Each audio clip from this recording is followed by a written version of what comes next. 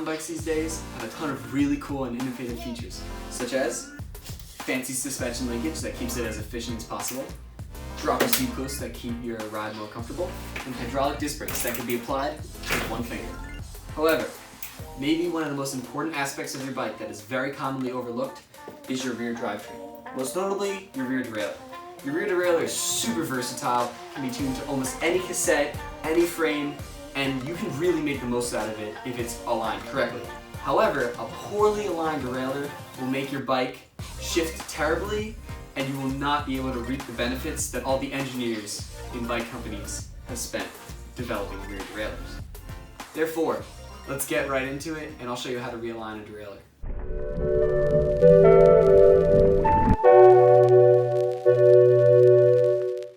So what we're going to talk today is about your derailleur. Now this little black thing right here is your derailleur.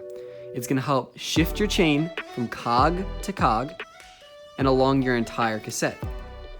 Now your cassette rotates along an axle, and whether it's a through axle or a quick release, the tuning process for this is the same. Each derailleur should have two limit screws, an H limit screw and an L limit screw. On this derailleur, they're located right here and are labeled. On this derailleur, the H and L limit screws are located right here on the side, but still serve the same purpose. The H limit screw determines how far this derailleur is allowed to shift this way towards the frame, and it prevents the chain from falling in between this first cog and the frame, and it prevents frame damage. The L limit screw prevents the derailleur from shifting too far towards the spokes and prevents the chain from slipping out behind this last cog and into your wheel, which can cause damage. The last thing to talk about is right here. This is your chain tensioner. It determines the amount of slack here and makes sure that each shift in your derailleur is perfectly lined up and travels the correct amount of distance. This bike does not have a chain tensioner back here, but on the handlebars near the shifter, it does, which is located right here. All you really need to realign a derailleur is a simple, relatively small Phillips head screwdriver like this one.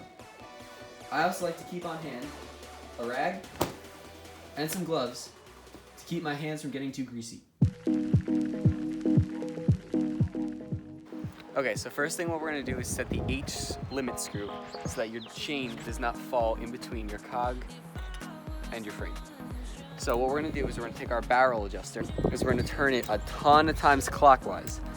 This is going to make sure that it's not the cable that's keeping the chain on your cogs, but that it's the actual limit screw itself. So now that I changed this a ton of times, you can see that the derailleur, when I put it up like a line, is actually pointed right here, which means that if I do pedal, the chain will fall into the cogs, which means my H limit screw was not set up correctly. So to do this, we're going to take our H screw right here as it's labeled H. If it's not, you could play around with them and figure out which one is. H1, as I'm tightening.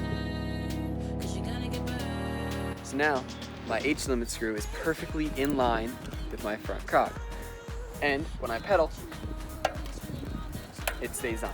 Now it's perfectly in line, which means we can set up our chain tensioner and make sure that the derailleur moves in a single straight line for each of the cogs.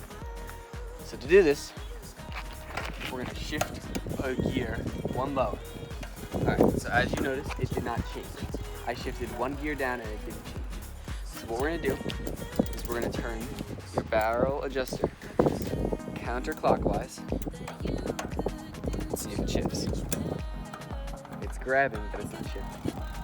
So we'll turn it counterclockwise again, and there we go. There's a clean shift. Now, what we want is so that to turn it so counterclockwise that it starts rubbing up against your next cog. So I'll turn it a bit more until I start hearing excessive noise.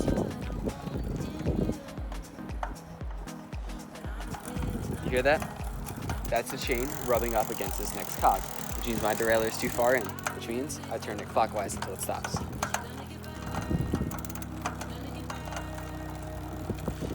Perfect. Now that it's perfectly set on this cog, we'll do that for each and every other cog.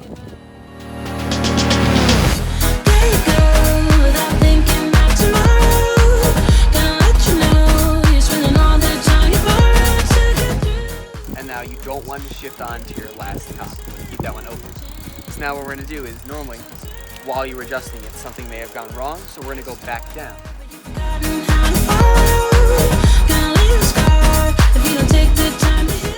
Okay, so once it's on the last cog, we're gonna have to set our L limit screw. So what we're gonna do is we're gonna loosen it so that it starts to fall back into your cog set.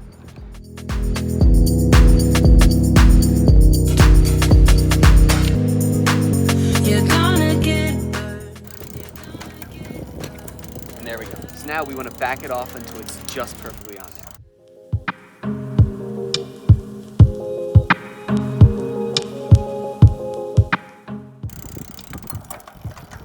Now, you can run through everything one last time to make sure that your shifting is crisp and clean, just like that. Now that my shifting is as clean as possible, each click goes directly onto a cog and everything is perfectly lined up.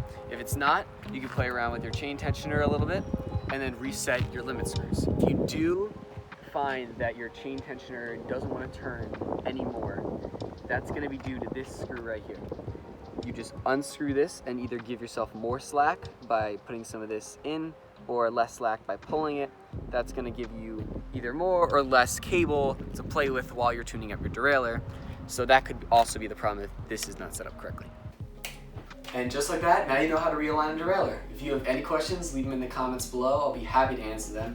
And if not, have a great day and thanks for watching.